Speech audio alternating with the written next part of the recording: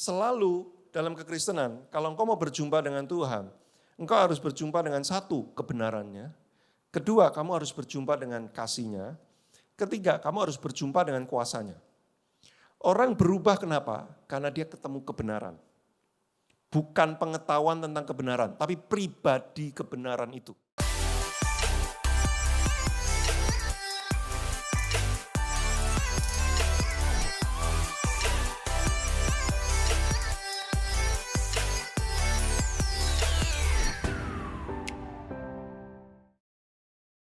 Selamat pagi teman-teman semua. Oke, santai aja ya, jangan terlalu tegang, jangan terlalu intens serius gitu ya. Hatinya serius tapi otot wajahnya jangan terlalu tegang ya. Saya mendapatkan tema tahun ini katanya fokusnya encounter with God. Bagaimana mengalami perjumpaan dengan Tuhan. Bapak Ibu, Saudara, orang yang berjumpa dengan Tuhan tidak mungkin tidak berubah. Tidak mungkin tidak berubah. Kalau kita lihat di Alkitab ya, perubahan-perubahannya itu sangat signifikan. Misalkan Saulus yang kemudian jadi Paulus. Sebelumnya sangat membenci Tuhan, membenci pengikut Tuhan, membunuh para pengikut Tuhan. Begitu mengalami perjumpaan di tengah jalan ketika dia mau menganiaya, berjumpa dengan Kristus, hidupnya berubah total sekali.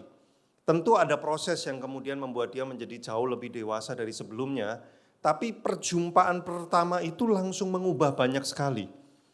Lalu kita lihat murid-murid Tuhan Yesus ya, para rasul, beberapa di antara mereka 11 orang, mereka nelayan, beberapa pemungut cukai, beberapa orang yang tidak terpelajar, tapi di Kisah Para Rasul dikatakan bahkan petinggi-petinggi agama waktu mengadili mereka kaget dan heran. Mereka ini orang yang tidak terpelajar, tapi kenapa mereka bisa berbeda sekali ya? Nah, perubahan karena berjumpa dengan Yesus itu tidak mungkin tidak terjadi. Jadi kalau ada orang mengaku dia sering berjumpa, mengalami encounter dengan Tuhan, tapi kita tidak melihat ada sebuah perubahan dalam kehidupannya, kita perlu bertanya yang dia jumpai ini pribadi Tuhan atau pengetahuan tentang Tuhan. Karena berjumpa dengan pribadi dan berjumpa dengan pengetahuan tentang pribadi itu dua hal yang berbeda. Ya, kalau langsung mengkerut wajahnya bingung ya. Ya, kalau saya ketemu dengan Dieter, perjumpaan saya dengan pribadi Dieter beda dengan perjumpaan saya dengan informasi dan pengetahuan tentang Dieter. Saya belum tentu pernah berjumpa dengan Dieter, tapi mungkin saya udah baca pengetahuan dan informasi tentang dia. Wah, Dieter itu orangnya gini. Wah, saya baca reviewnya ya. Ternyata ada review tentang Dieter ya di YouTube ya. Menurut saya Dieter itu gini. Ada reviewnya duluan gitu ya. Di blog-blog gitu ya. Saya bacain informasinya. Itu menciptakan sebuah pemahaman buat saya. Tapi belum tentu sama waktu saya berjumpa dengan Dieternya langsung. Ya. Berjumpa dengan pengetahuan dan berjumpa dengan pribadi itu dua hal yang berbeda sekali. Banyak orang Kristen sudah lama sekali menjadi orang Kristen. Tidak menjamin dia mengalami perjumpaan dengan Tuhan secara pribadi. Tapi mungkin dia sudah sering mengalami perjumpaan dengan pengetahuan tentang pribadi itu, tentang Yesus. Nah, bagaimana kita bisa membedakan orang yang sudah berjumpa dengan pribadi Tuhan atau dia cuma berjumpa dengan pengetahuannya saja? Gampang, perubahan apa yang terjadi dalam hidup orang itu. Kalau dulunya dia misalkan mudah sekali terpicu menjadi marah, ya meledak-ledak gitu ya. Perjumpaan dengan Tuhan memang belum tentu langsung dalam sehari itu wah anteng ya, jadi tenang sekali. Tapi kita bisa melihat dari waktu ke waktu dia semakin bisa mengendalikan dirinya. Kan salah satu buah roh itu kan pengendalian diri, betul ya? Penguasaan diri kan. Nah itu adalah tanda orang mengalami perubahan hidup karena berjumpa dengan pribadi. Ya dia makin dewasa, kita bisa melihat cara dia ngambil keputusan, cara dia meresponi keadaan-keadaan yang tidak baik. Dari waktu ke waktu kita melihat dia semakin serupa dengan Kristus. Kenapa? Karena dia berjumpa dengan pribadi Kristus. Dia engage, nah makanya hari ini saya bahas tentang experiencing God. Dia mengalami dia punya pengalaman, dia punya engagement, dia punya connection dengan pribadi yang dia jumpai ini.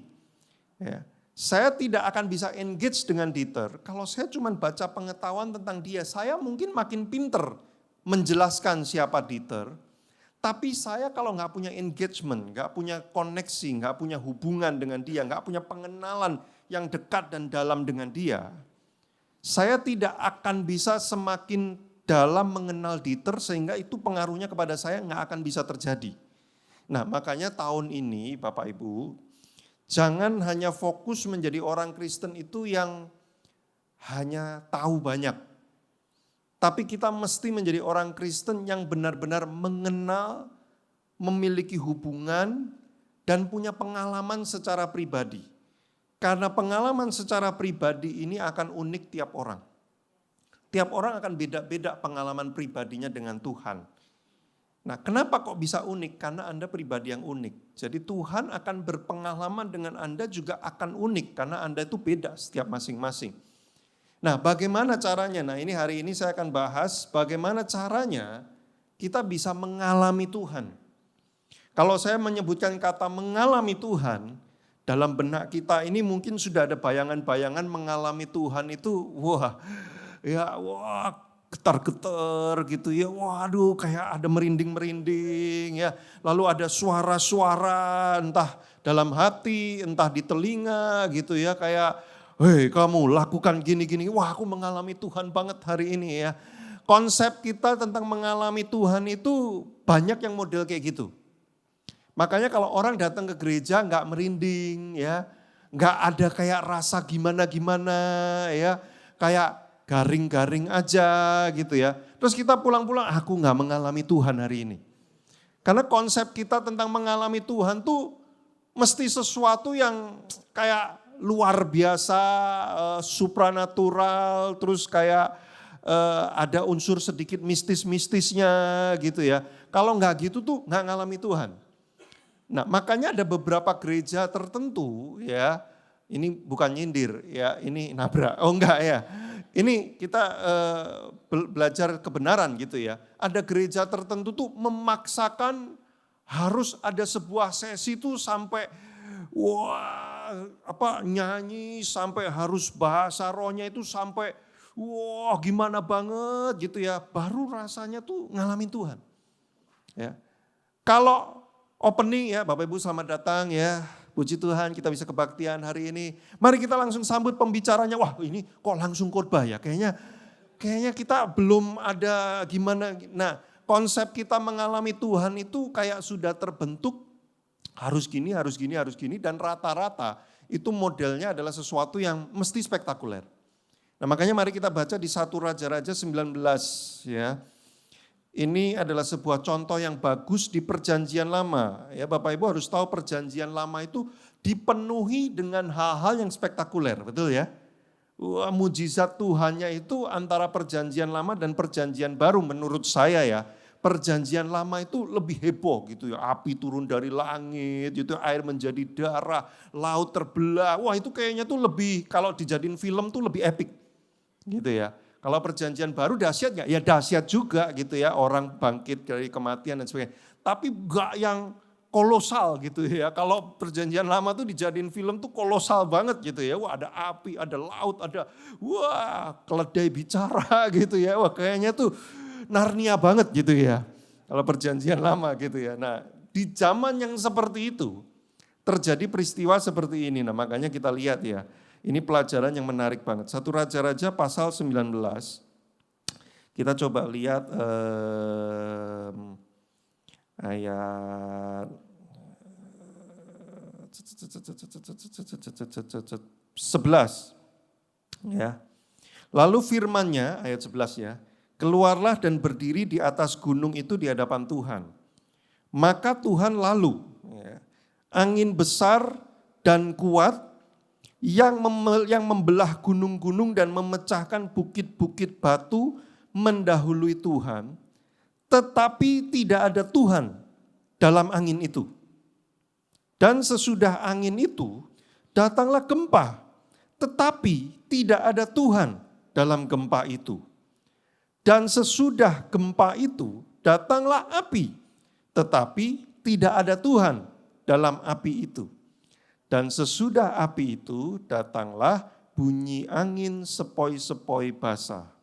Segera sesudah Elia mendengar bunyi angin sepoi-sepoi basah tadi, ia menyelubungi mukanya. Kenapa ia menyelubungi mukanya dengan jubahnya? Karena ia tahu Tuhan ada di situ. Lalu pergi keluar dan berdiri di pintu gua itu, maka datanglah suara kepadanya yang berbunyi, apakah kerjamu di sini, hei Elia?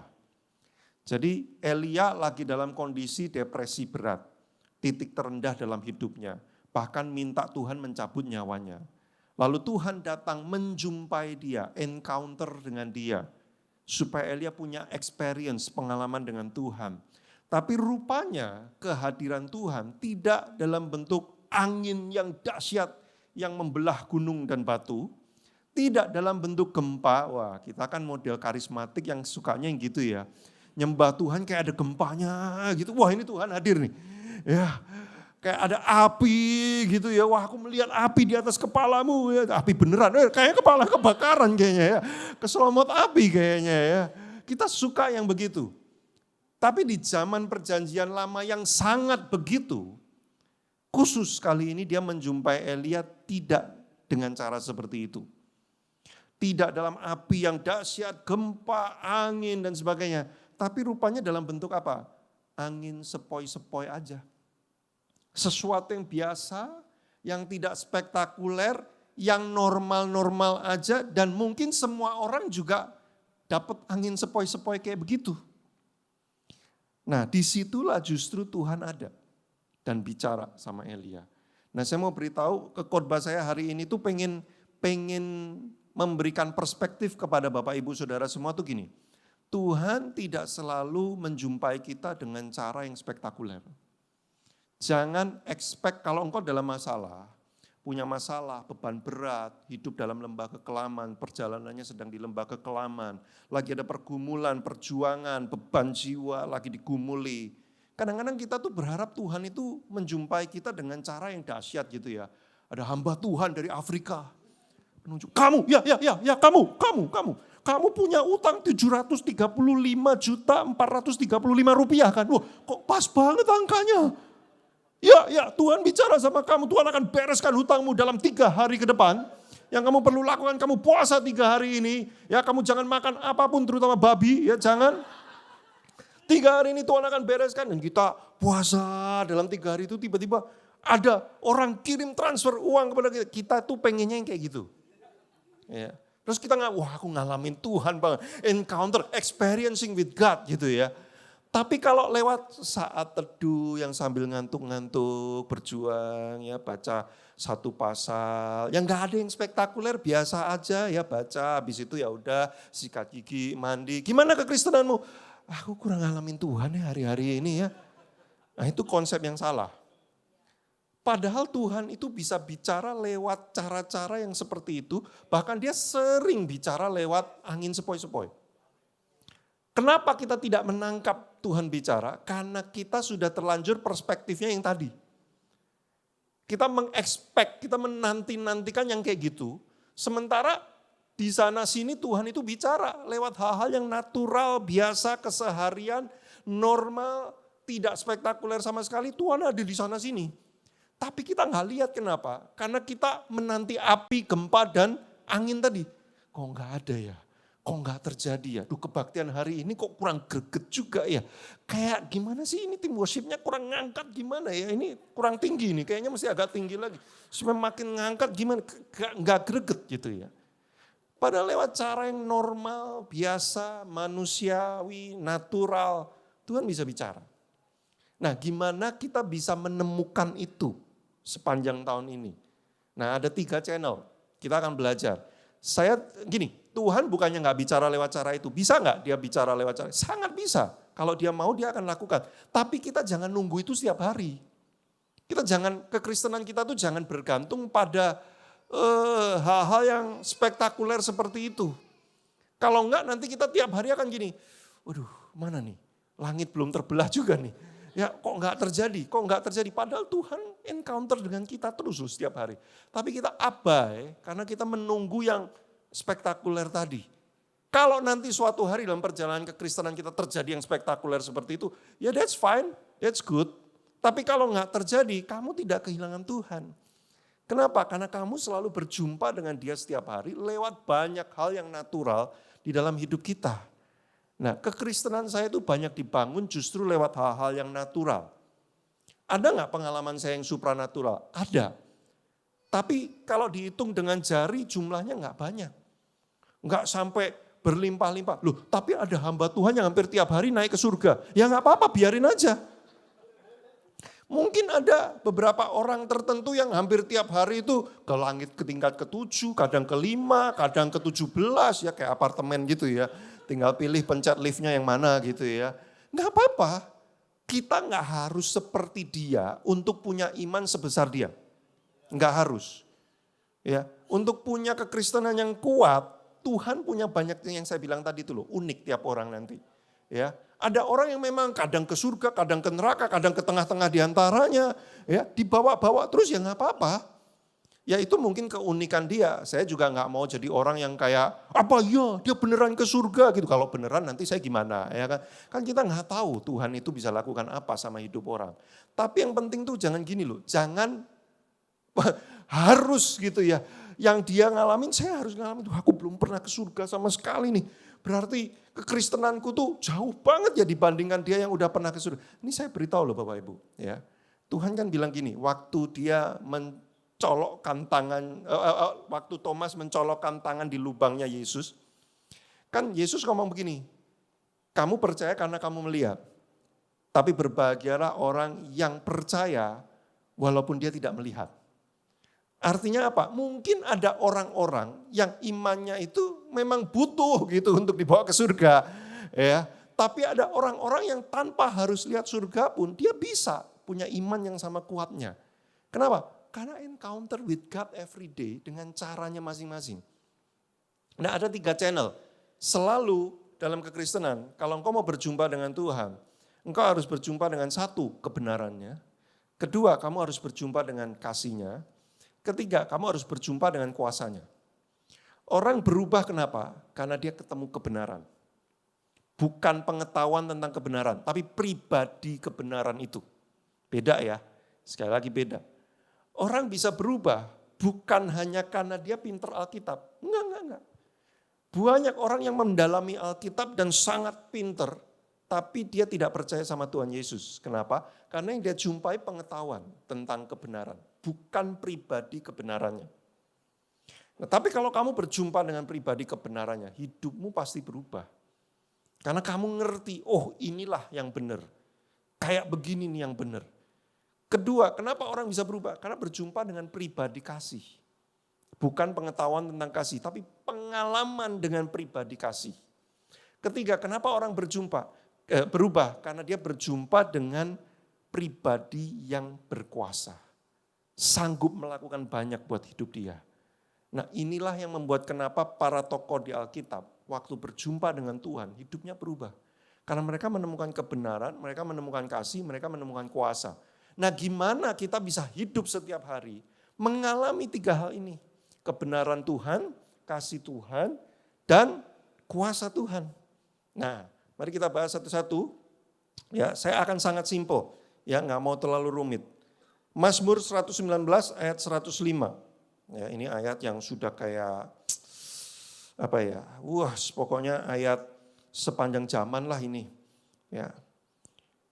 Mazmur 115 ayat 109. 119 ayat 105. 119 ayat 105.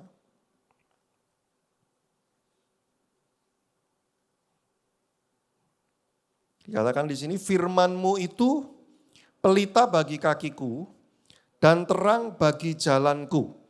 Nah, kita sering berpikir gini, bagaimana saya bisa tahu mana yang benar, mana yang salah?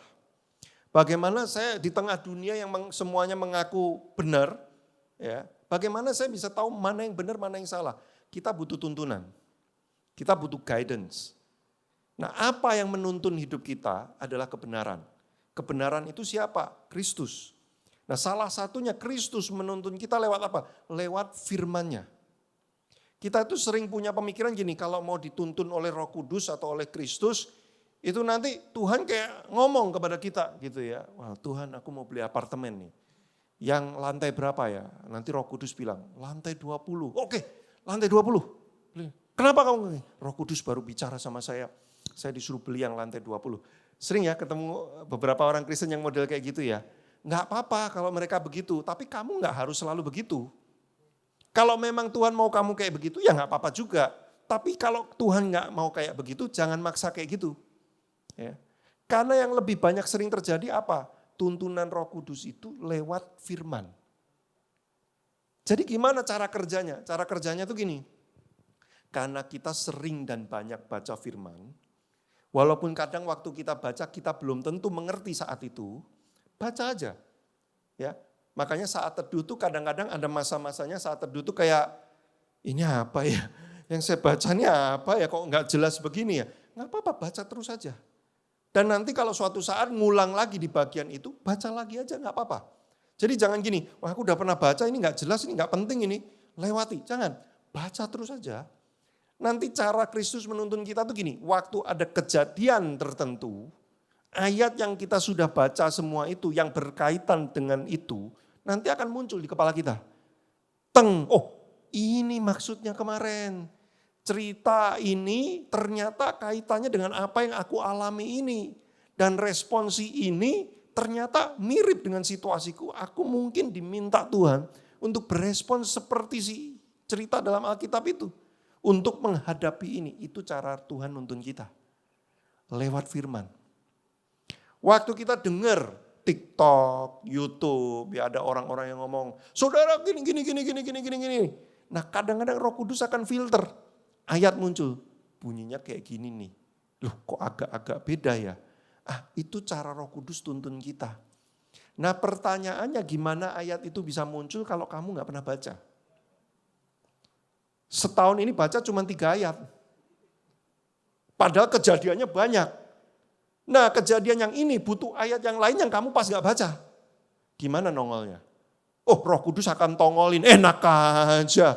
Ya, orang Kristen sukanya yang model gitu ya. Wah aku gak pernah baca loh ayat ini, tapi Roh Kudus munculkan di kepalaku ya, dahsyat sekali ya. Gitu ya. Orang Kristen sukanya tuh yang model kayak gitu loh. Ya. Bukannya Tuhan gak mau lakukan itu. Dia bisa aja mau lakukan itu. Tapi kalau dia lakukan kayak gitu terus, kamu makin gak baca Alkitab, bener gak?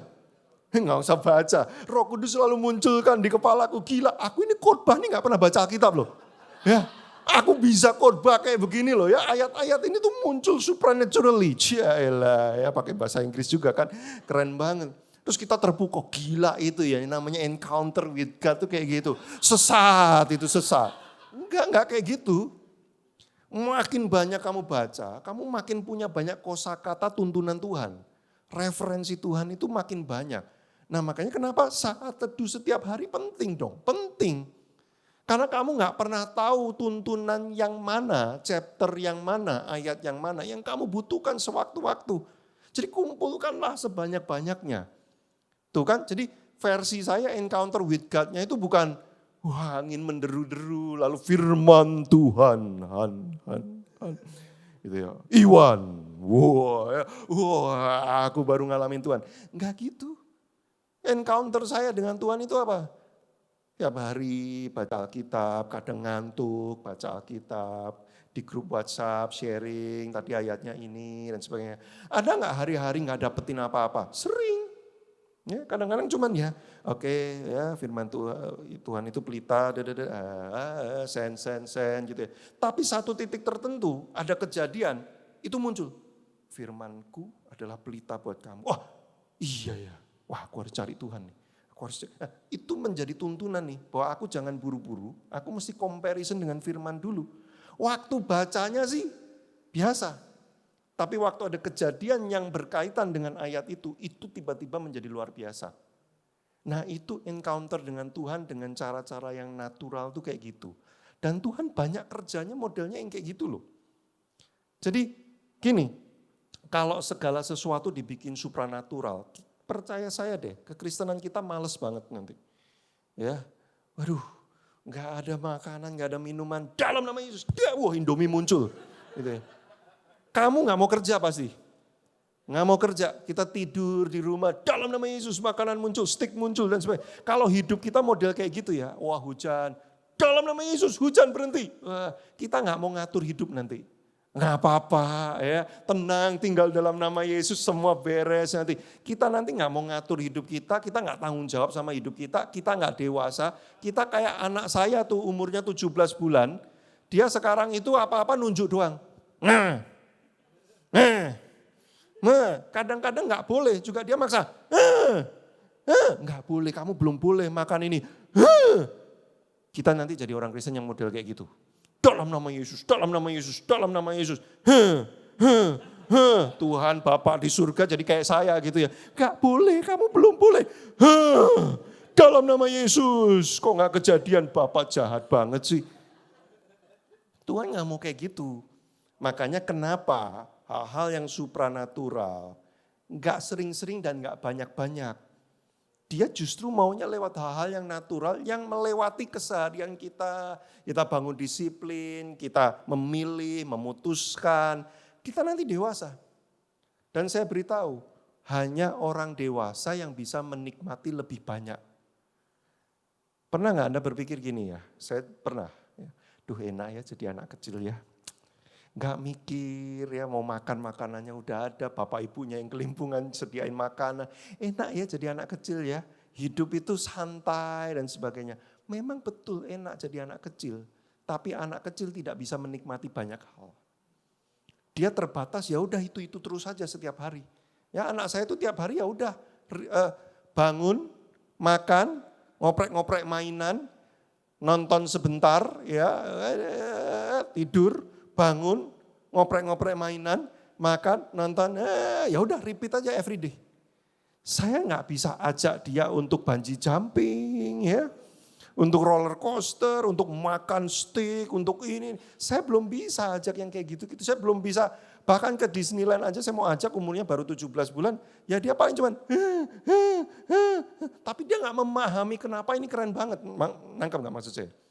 Ada hal-hal yang hanya bisa dinikmati sampai kedewasaannya nyampe. Nah Tuhan tuh mau bawa kamu menikmati lebih dari sekedar dalam nama Yesus, dalam nama Yesus, lebih dari sekedar itu. Kekristenan tuh yang keren gak yang kayak gitu. Yang keren itu waktu kamu bisa melihat landscape, ih gila ya Tuhan itu ternyata maksudnya kayak gini ya. Dia mengizinkan ini terjadi, ada ini. Aku paham sekarang hidup itu seperti ini ya rupanya ya. Itu kedewasaan. Waktu kamu mencapai level itu, hatimu tenang. Saya sekarang ini jauh lebih tenang daripada 10 tahun yang lalu, kenapa? Karena saya kayak udah mulai bisa landscape hidup tuh kelihatan gitu ya. Oh manusia tuh kayak gini, pantesan stres semua ya. Ngejar yang kayak gini, padahal itu tuh gak ada semua. Aduh susah ya saya ngomongnya ya. Susah mentranslate nih.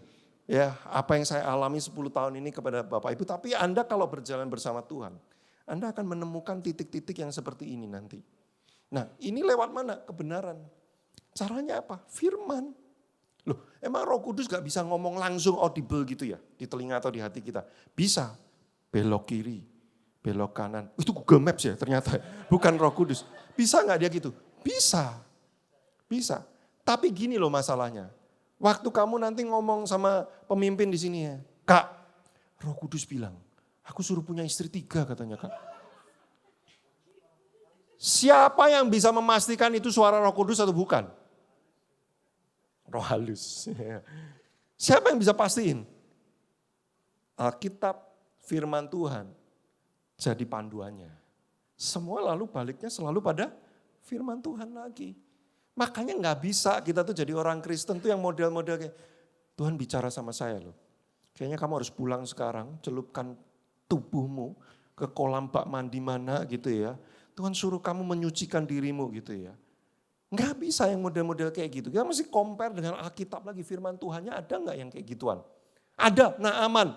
Ya kamu namamu siapa? Joni. Beda Naaman nama Joni. Nangkep gak Bapak Ibu? Balik lagi firman Tuhan adalah pelita bagi kaki kita. Orang bisa mengaku mendengar suara Tuhan dan menyampaikan nubuatan. Tapi balik lagi, firman Tuhan itu pelitanya. Kalau dia tidak sesuai firman Tuhan, mau hamba Tuhan itu udah keliling dunia, keliling planet sekalipun. Kalau dia nggak sesuai firman Tuhan, itu bukan pelita. Itu ilusi. Nah ini pentingnya, encounter dengan Tuhan itu ngalamin dengan cara yang benar. Ya, waduh semua udah kayak, bang udah bang ya. Udah paham banget gitu ya. Satu lagi, Ibrani 4 ayat 12 ya. Satu lagi. Jadi mungkin Bapak Ibu jangan kaget ya kalau khotbah saya hari ini agak kayak, wah ini anti mainstream ya, biasanya enggak gini nih ya. Ibrani 4 ayat 12, sebab firman Allah itu hidup. Ingat, tulisan ini memang tulisan yang ditulis oleh manusia. Tapi jangan lupa yang membuat tulisan ini muncul ilhamnya dari pribadi namanya Roh Kudus. Makanya tulisan ini bisa menjadi hidup ketika Roh Kudus pengen tulisan ini hidup. Nah, jangan remehkan tulisan yang kau baca setiap hari. Karena waktu ada peristiwa tertentu, Roh Kudus akan menghidupkan tulisan itu. Nah ini dia, sebab firman Allah hidup dan kuat dan lebih tajam daripada pedang bermata dua manapun. Ia menusuk amat dalam sampai memisahkan jiwa dan roh, sendi-sendi dan sumsum. Ia sanggup membedakan pertimbangan dan pikiran hati kita. Makanya kalau kita butuh tuntunan mana yang benar, yang mana yang salah, kita butuh firman yang hidup ini. Isi sebanyak-banyaknya. Karena itu nanti kalau kita punya false belief, keyakinan yang salah, hati kita akan terus digelisahkan oleh firman yang kita udah baca.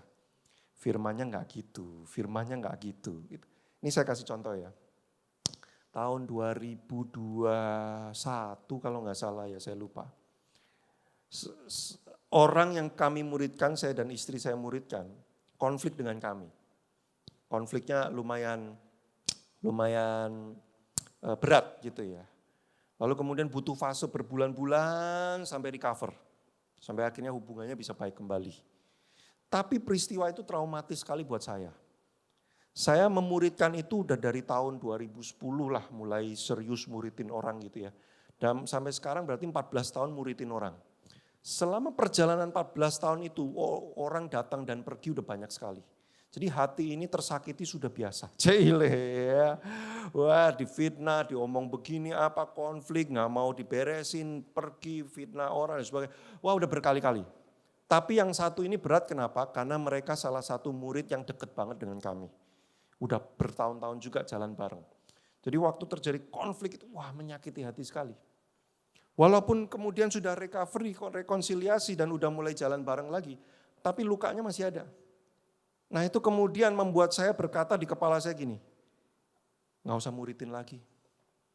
Gila udah belasan tahun muridin orang, beri hidup buat orang, ya, ngurusin pernikahan orang, gak dibayar, gak dapat apa-apa. Ya, bahkan anak murid saya ada yang pernah pinjam duit saya ratusan juta, habis itu pergi lari, dikemplang duit saya. Ya, itu saya udah pengalaman berbelasan tahun kayak gitu. Wah waktu ini terjadi, muncul di kepala saya, udah gak usah muridin orang. Toh kekristenanmu juga enggak kenapa-kenapa kalau kamu enggak muridin orang. Kamu tetap bisa melayani, Tuhan tetap baik sama kamu, hidupmu juga tetap diberkati. Ya enggak ada yang masalah, cuman enggak muridin aja. Wah saya untuk beberapa bulan mengadopsi itu. Saya bilang iya ya, udah. Saya ngomong sama istri saya, udahlah ngapain sih kita kayak gini-gini nih hati terluka, terus apa sih untungnya buat kita? Enggak ada, udah enggak usah lakukan. Toh saya tetap bisa memberkati orang lewat khotbah, lewat pelayanan saya di gereja, bisa. Tapi firman yang saya baca tentang pemuritan, bagaimana Kristus meminta untuk memuridkan semua bangsa, itu terus menggelitik terus. Enggak gitu bro, firmannya enggak gitu. Tapi wah saya terus, tapi firman itu kuat, menusuk sampai dalam terus. Dia membuat saya tuh kayak hati dan pikiran enggak pengen, tapi kebenarannya mendorong saya untuk lakukan terus. Jadi apa yang terjadi?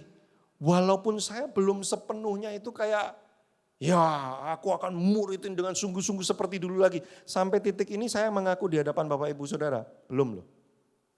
Tapi kaki saya tetap melangkah, kenapa? Karena kebenarannya terlalu kuat. sampai perasaan dan logika saya tunduk pada kebenaran.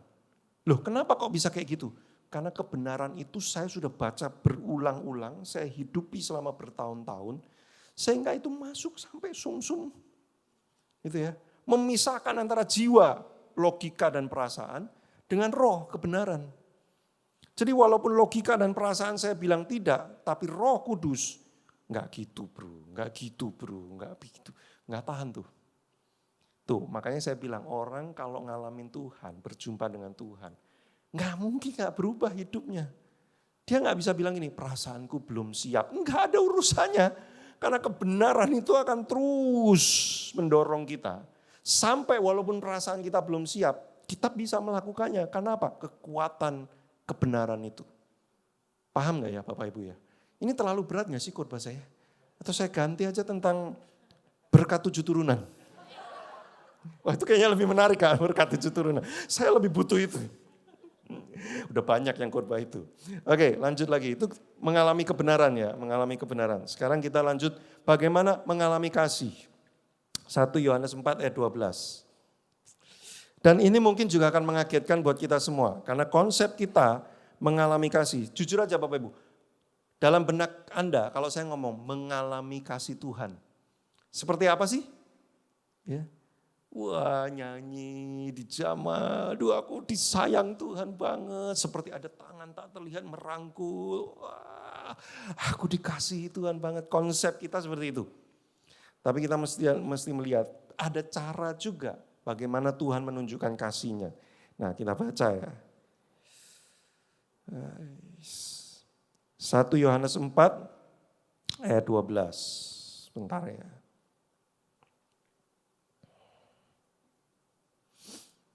Tidak ada seorang pun yang pernah melihat Allah. Tapi jika kita saling mengasihi, Allah tetap di dalam kita, dan ini kalimatnya. Dan kasih-Nya sempurna di dalam kita. Jadi kesempurnaan, keutuhan, kepenuhan kasih Tuhan, itu hanya bisa terjadi waktu kita melakukan saling mengasihi satu sama lain. Konsep kita mengalami kasih Tuhan itu selalu bentuknya adalah wah di jamaah Tuhan, di hadirat Tuhan, kita dikasih. Betul nggak itu? Betul. Itu terjadi nggak? Terjadi. Saya mengalami nggak? Mengalami juga. Tapi kalau mau sempurna ngalamin kasih Tuhannya, ini nih. Loh berarti yang kayak gitu tuh ada yang lebih lagi? Iya. Loh berarti kalau kita yang di jamaah Tuhan nangis, seperti ada yang peluk apa segala macam, itu ada yang lebih dahsyat lagi dari itu? Iya ada. Kalau yang kayak gitu aja udah kayaknya wah udah dapet banget. Gimana kalau the next level? The next levelnya itu apa? Kasih Allah sempurna waktu kita saling mengasihi. Makanya gini loh, sehebat-hebatnya kamu mengalami Tuhan, tapi kalau kamu keluar dari gereja, dari tubuh Kristus, hidupmu sendirian, independen, kamu gak ngalamin kasih Tuhan full. Kamu cuma ngalamin kasih Tuhan sebagian. Bukan gak ngalamin kasih Tuhan loh, ngalamin, tapi sebagian. Kalau mau full, harus tinggal dalam tubuh. Lalu saling mengasihi. Wah Pak itu mah susah. Itu mah udahlah banyak dramanya, banyak masalah dan sebagainya, bla bla bla bla. Memang iya.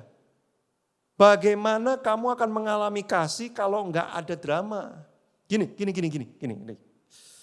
Gimana ya? Saya itu ngerasain banget istri saya sayang saya. Justru waktu saya mengalami kegagalan dan beberapa hal yang melukai dia, tapi kemudian dia bisa menerima itu dan dia melakukan sebaliknya. Bingung gak? Nih saya kasih contoh. Saya ingkar janji misalkan sama istri saya. Aduh lupa, sorry ya saya gini. Tapi dia gak ingkar janji sama saya. Dia tetap lakukan yang terbaik buat saya. Disitulah saya ngalamin kasih betapa ini orang mengasihi saya banget. Andaikan tidak ada itu, semuanya baik-baik saja, saya gak akan ngalamin kasih itu sebesar itu. Kenapa kita semua penuh dengan kelemahan dikumpulin sama Tuhan di satu tempat namanya gereja atau tubuh Kristus. Supaya kita ngelihat dikasihi yang utuh itu kayak apa.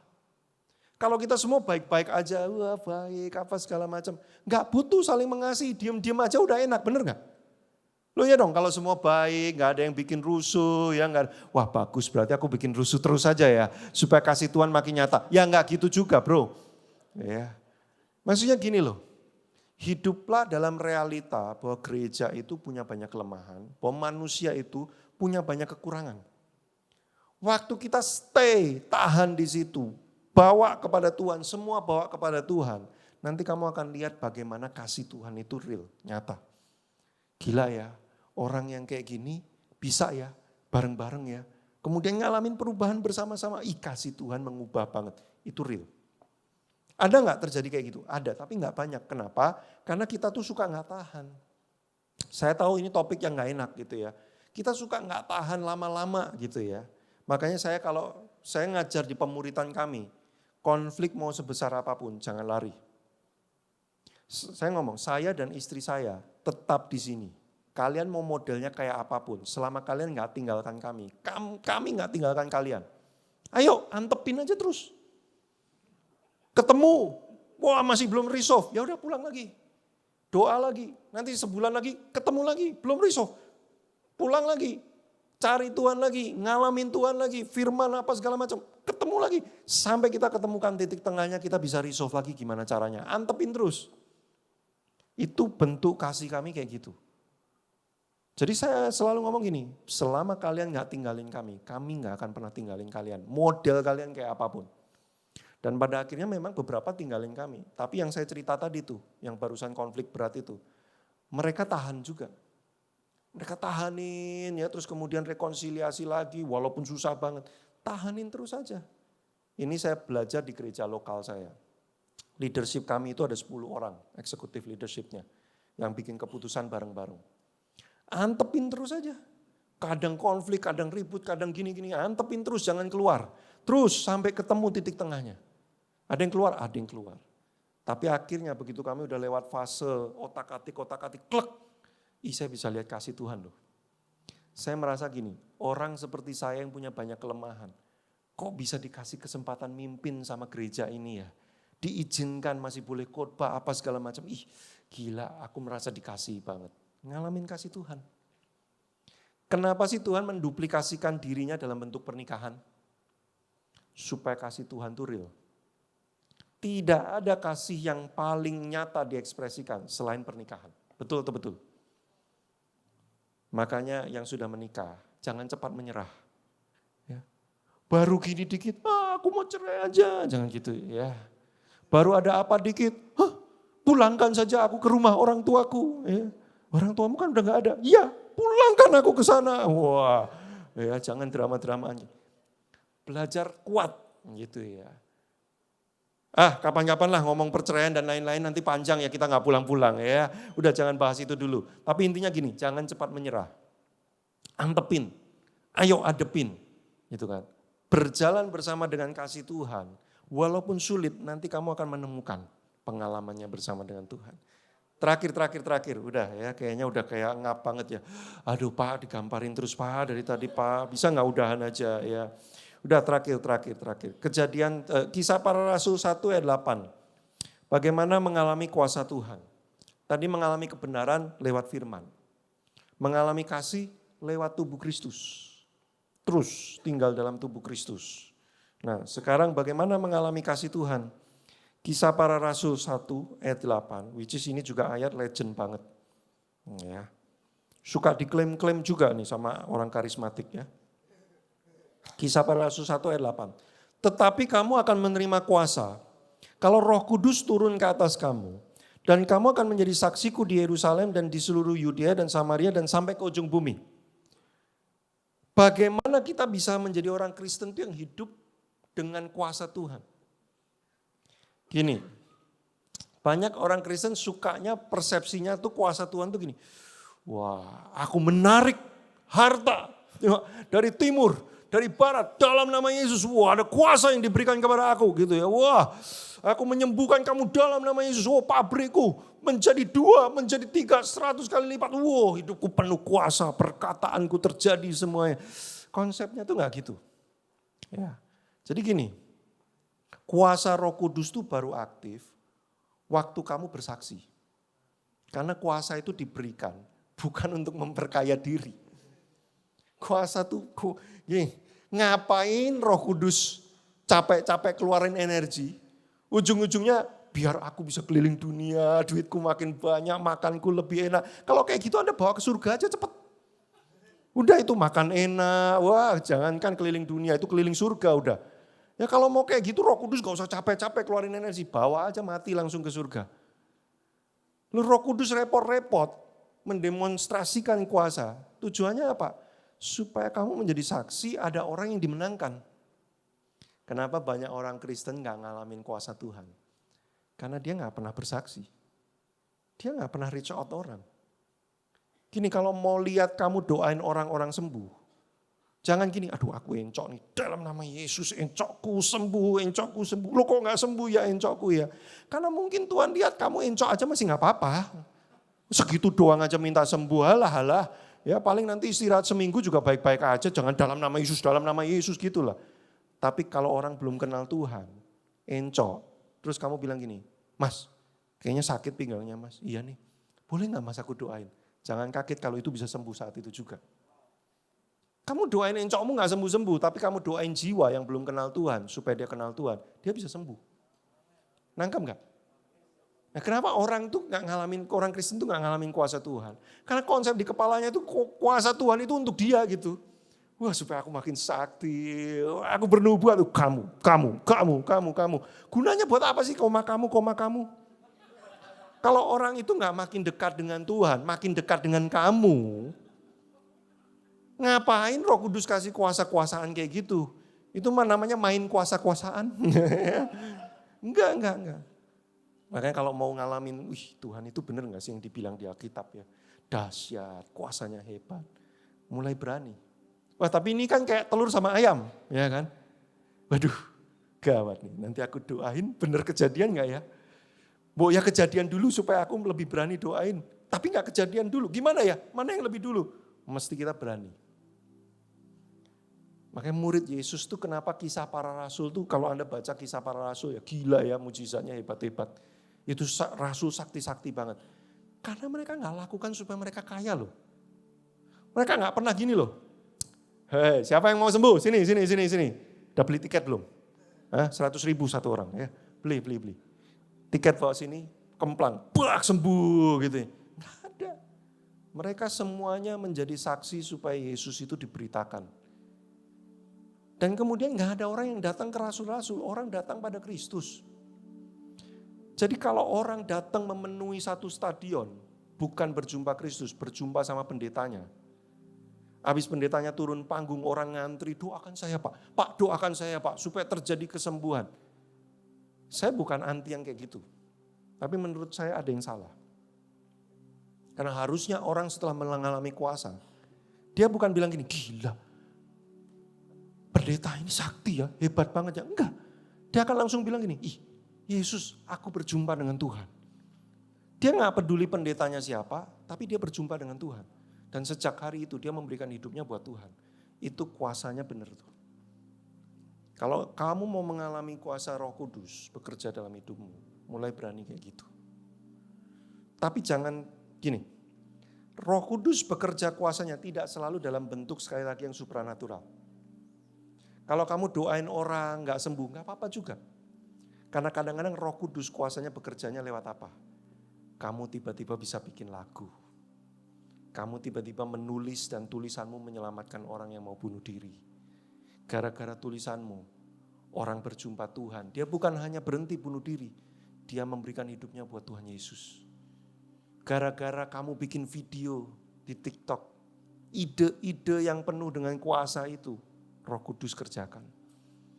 Kamu have no idea, tiba-tiba muncul ide bikin bisnis. Bisnis kamu, gara-gara bisnis kamu, banyak orang kenal Tuhan. Lewat produknya, lewat interaksi dengan kamu, lewat culture yang kamu bangun. Roh Kudus kuasanya bisa seperti itu. Enggak selalu yang orang mental, orang guling-guling ya. Makanya saya bilang gini loh, kekristenan tuh bukan cuma itu. Itu tuh cuma sepotong kecil dari kekristenan, tapi kita tuh menganggap itu segalanya. Padahal potongan yang besarnya itu banyak setiap hari natural, lewat firman kebenaran, lewat interaksi kita dengan tubuh Kristus, lewat waktu kita pikirannya tuh gini, gimana caranya ya aku bisa beritakan Yesus ya? Gimana caranya ya? Roh Kudus kuasanya bekerja. Lewat ide, lewat karya, lewat perkataan, kadang-kadang lewat tepokan tanganmu. Orang yang tadinya udah desperate, somehow cuman kamu rangkul doang. Dia kayak ngalamin sesuatu. Itu Roh Kudus bekerja tuh. Lewat counseling, banyak caranya. Tuh, keren kan? Encounter with God, experiencing God, itu sekeren itu. Bapak Ibu, tahun ini saya tuh berjanji kepada Tuhan dan diri saya sendiri, saya bilang gini, tahun ini bukan tahun buat saya Tuhan. Karena saya lihat tahun 2023, Tuhan itu kayak udah baik banget sama saya. Padahal sejak saya punya anak tahun 2022, hidup saya itu slowing down banget. Karena saya nggak bisa lakukan banyak hal, mesti take care anak juga. Saya dan istri saya tuh ngurusin anak, rumah, kerjaan cuman berdua aja. Jadi begitu anak muncul tuh, kesedot banget. Tahun 2023, productivity saya dalam bekerja itu cuma 50%. Banyak hal yang slowing down. Tapi Tuhan baik banget sama saya. Memberikan banyak dalam hidup saya. Saya melihat, Tuhan kok baik. Makanya saya bilang gini, tahun 2024 ini bukan buat saya. Ini buat misi 2024. Saya bilang gini, apa yang saya bisa lakukan supaya saya bisa bawa nama Tuhan ke sebanyak mungkin tempat. Waktu saya memutuskan untuk mengambil posisi misi, yaitu menjadi saksi, pengen bawa nama Tuhan kemana-mana, ide mulai muncul, saya mulai dipertemukan dengan beberapa orang yang jauh dari circle saya, privilege-privilege yang mulai nongol, dan saya mulai melihat potongan-potongannya itu mulai mau disatukan sama Tuhan. Dan saya melihat itu kuasa. Saya mengalami kuasa Tuhan bukan dalam bentuk jamahan yang gimana-gimana. Tapi saya melihat gini loh, hal yang saya harusnya gak sanggup lakukan, dibuat oleh Tuhan untuk hidup saya. Dan itu hal-hal yang natural. Ketemu orang, ngobrol, ide, project, proposal, lakukan ini. Bentuknya itu bukan bentuk yang, ngerti ya? Yang ajaib-ajaib, bentuknya itu manusia banget. Tapi saya tahu itu kuasa Tuhan di situ. Karena saya harusnya gak sanggup. Bahkan sampai detik ini aja saya ngomong sama Tuhan gini, Tuhan otakku udah gak sanggup pikirin ini. Tapi Tuhan selalu ngomong begini, jalan aja dulu. Jalan aja dulu. Nanti kamu akan lihat, jalan aja dulu. Itu kuasa. Sudah mau tahun ini kayak gitu? Ya. Bukan gak boleh ya mengharapkan hal-hal yang ajaib-ajaib. Tapi jangan patok, jangan tungguin. Kalau Tuhan mau kasih, kasih aja. Tapi jangan ditungguin. Justru kamu harus mulai konsisten disiplin dalam hal-hal yang natural. Firman, tubuh Kristus, reach out. Firman, tubuh Kristus, reach out. Itu kekristenan yang kuat. Wow.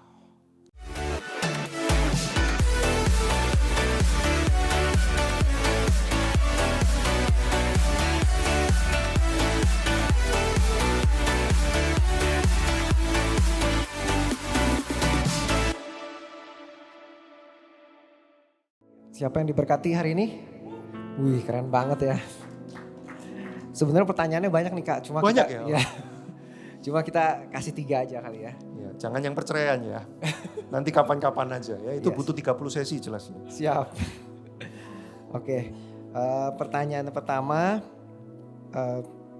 mungkin sebenarnya sih udah ada beberapa yang dijawab tadi. Yang belum ada jawabannya aja. Iya. Bagaimana kita bisa mengalami kasih yang sempurna jika ada orang yang memanfaatkan kebaikan kita? Oke, this is good question.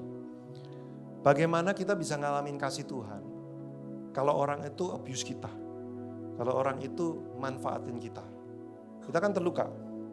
Gini, ada ayat bunyinya gini, Tuhan itu dekat dengan orang yang patah hatinya.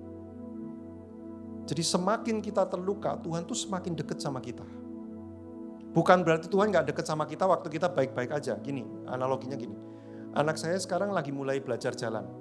Wah, dia udah mulai jalan tuh pengen cepet-cepet gitu ya. Nah, Ketika anak saya ini menunjukkan tanda-tanda dia jatuh atau udah mulai limbung, saya dengan cepat dan segera akan datang mendekat kepada dia untuk amankan dia. Tapi waktu dia mulai baik-baik aja dan bisa jalan lagi, saya jaga jarak, bukan berarti saya tinggalkan dia. Saya menjaga jarak yang cukup untuk melihat dia bisa jalan. Nah, kadang-kadang kenapa Tuhan izinkan untuk kamu jatuh? Ada orang yang menjatuhkan kamu, menjegal kamu, menyakiti, abuse dan sebagainya. Karena di momen itu kamu akan bisa melihat kasih Tuhan lebih dalam lagi. Di momen itu kamu akan lihat bahwa Bapakmu itu secepat itu berlari untuk merangkul kamu, menjaga kamu supaya kamu tidak tergeletak. Kamu akan jatuh, tapi tidak tergeletak. Artinya apa? Waktu kamu tersandung, kamu akan udah hampir jatuh, tapi kamu gak sampai bok. Karena sebelum kamu bok, tangan Tuhan udah ambil. Bedanya saya sama Bapak di surga di situ. Kalau saya sering telat. Wah, udah terlanjur.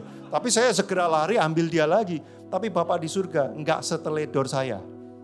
Dia benar-benar tahu jarak amannya itu seberapa. Dan begitu kita udah hampir menyentuh sampai mau tergeletak, tangannya udah ada di situ. Dan disitulah kamu akan melihat. Di ambang kematian tanda kutip gitu ya. Di ambang titik terendahmu kamu akan jumpai tangan Tuhan. Kalau kamu gak pernah disakiti, kamu gak akan pernah tahu dalamnya kasih Tuhan. Kalau hatimu baik terus, Tuhan baik ya? Iya Tuhan baik. Tapi kamu beda gitu waktu kamu kayak, aduh Tuhan aku sakit banget apa segala macam. Tapi kamu berjumpa dengan kasih Tuhan dan kamu menemukan ada tubuh Kristus lain yang ternyata di sisimu. Oh itu beda rasanya. Kamu akan ngerti dalamnya. Nangkep ya? Jadi gini, ya udah kalau gitu abuse aku sekarang. Biar aku ngalamin kasih Tuhan yang banyak. Gak gitu konsepnya. Ya. Jangan cari masalah, tapi waktu terjadi masalah Tuhan di sana.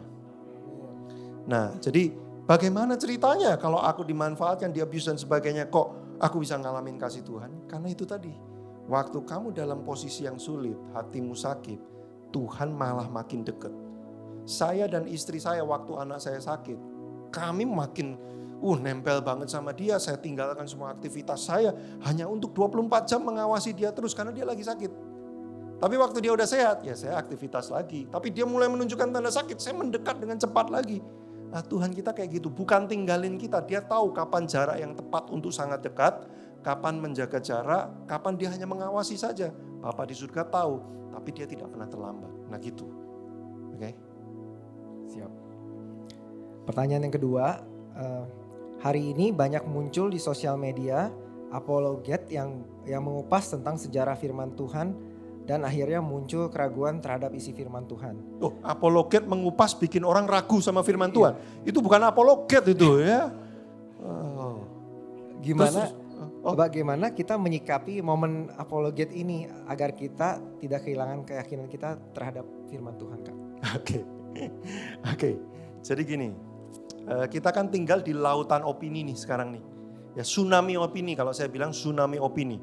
Bedanya laut dan tsunami itu gini. Laut kadang-kadang kita masih siap untuk berenang di dalamnya. Tsunami we are not prepared. It is overwhelmed gitu ya. Jadi too much. Banyak sekali yang mendatangi kita. Maka yang bisa kita lakukan itu gini. Pilih, batasi. Ya. Sosial media saya cuma follow beberapa orang saja yang saya yakin banget kontennya. Saya nggak akan follow orang-orang yang saya ini siapa enggak. Jadi saya batasin. Terus kemudian kan ada beberapa fitur untuk hide. Jadi kalau kita lihat postingan itu kita bisa hide. Nanti lama-lama kalau kita hide terus jenis postingan tertentu, lama-lama jenis postingan itu akan lenyap dari timeline kita. Dia nggak munculin lagi, algoritmanya gitu. Nah saya membatasi diri tidak terpapar terlalu banyak. Kedua, saya jenis orang yang sangat gini. Kalau saya udah temukan siapa pengajar yang menurut saya itu solid banget, 3 orang gitu ya, beberapa gitu ya. Udah saya cuma nama itu aja. Saya tidak tergoda untuk, wah ini kayaknya lagi hype nih, ini lagi seru. Enggak, saya sama itu aja. Intinya gini, kalau saya sudah makan kenyang, puas, nikmat dari masakan satu orang, saya gak perlu pusing lagi cari-cari ada kedai apa lagi. Sama ini aja saya udah baik-baik aja kok. Nah, saya membuat diri saya modelnya kayak gitu. Nah, kenapa? Karena kalau tidak, nanti kita akan goyah sendiri dengan terlalu banyak pilihan. Pernah datang ke restoran, menunya terlalu banyak? Tadinya udah yakin mau makan mie goreng, gara-gara lihat menu itu jadi, kayaknya enggak nih ya, kayaknya yang ini. Nah itu yang terjadi. Jadi better menunya nggak usah dilihat, teguhkan hati, oh ini, udah itu aja. Kalau saya gitu sekarang, gitu. Siap. Jadi pilih-pilih ya Kak? Kita yang harus pilih, kita yang memang harus pasang batasan, gitu. Oke, pertanyaan terakhir. Ayat terakhir dan pertanyaan terakhir tuh banyak disukai orang. Pertanyaannya, bagaimana kalau kita sudah setiap hari berdoa, baca renungan, tapi kadang kita masih belum merasa dekat sama Tuhan? Oke, merasa dekat dan sungguh-sungguh dekat itu dua hal yang berbeda. Ya. Saya bisa merasa ditolak tanpa ada orang yang menolak saya sama sekali. Bisa. Ya. Kuncinya di mana? Jangan hidup dari perasaan saja. Boleh gak hidup dari perasaan? Boleh, tapi jangan saja. Ada masanya saya merasa Tuhan kayak tinggalkan saya. Tapi realitanya apa? Dia tidak pernah tinggalkan saya. Makanya ini yang saya bilang, kebenaran itu harus di atas perasaan dan rasio. Kebenaran itu more than rasio. Makanya kalau kita mencoba ngulik kebenaran pakai perasaan dan rasio, ada titik kita gak ketemu nanti. Karena kebenaran itu lebih besar gitu ya. Nah makanya saya percaya gini, waktu Yesus bilang, akulah jalan kebenaran dan hidup. Buat saya pernyataan itu sudah cukup untuk saya meletakkan semua kepercayaan saya kepada apapun yang dia katakan. Maka ketika saya mensolidkan bahwa perkataan Tuhan itu pasti benar, dan dia bilang, sekali-kali aku tidak meninggalkan kamu. Buat saya itu cukup. Walaupun perasaan saya, kayaknya kok dia tinggalin saya. Oh enggak. Walaupun saya merasa ditinggalkan, tapi sesungguhnya dia tidak tinggalkan saya. Jadi gimana? Ya saya mesti deal dengan perasaan ini. Gimana caranya saya dealing dengan perasaan ditinggalkan ini? Nah itu another things yang bisa dibahas. Tapi kalau gini, saya sudah lakukan banyak, tapi saya gak merasa dekat. Jangan-jangan sebenarnya kamu sudah dekat banget. Karena kamu lakukan semua itu, kamu baca Alkitab, kamu berdoa, kamu benar-benar lakukan kebenaran, kamu sangat dekat dengan Tuhan. Hanya karena kamu tidak merasakannya, tidak membuktikan bahwa Tuhan itu tidak dekat dengan kamu. Loh jadi gimana dong? Ya udah hidup aja dengan keyakinan dan iman bahwa Tuhan ada di dekatmu walaupun kamu gak rasakan. Nah kekristenan itu seperti itu. Gak tergantung sama apa yang kita rasakan. Karena kalau tergantung apa yang kita rasakan ngeri banget. Ada masanya kita ngerasa Tuhan jahat, ada masanya Tuhan itu begini-gini. Enggak kayak gitu. Kebenarannya ngomong apa, hidup aja berdasarkan kebenaran itu. Maka imanmu nanti akan kuat. Nah gitu.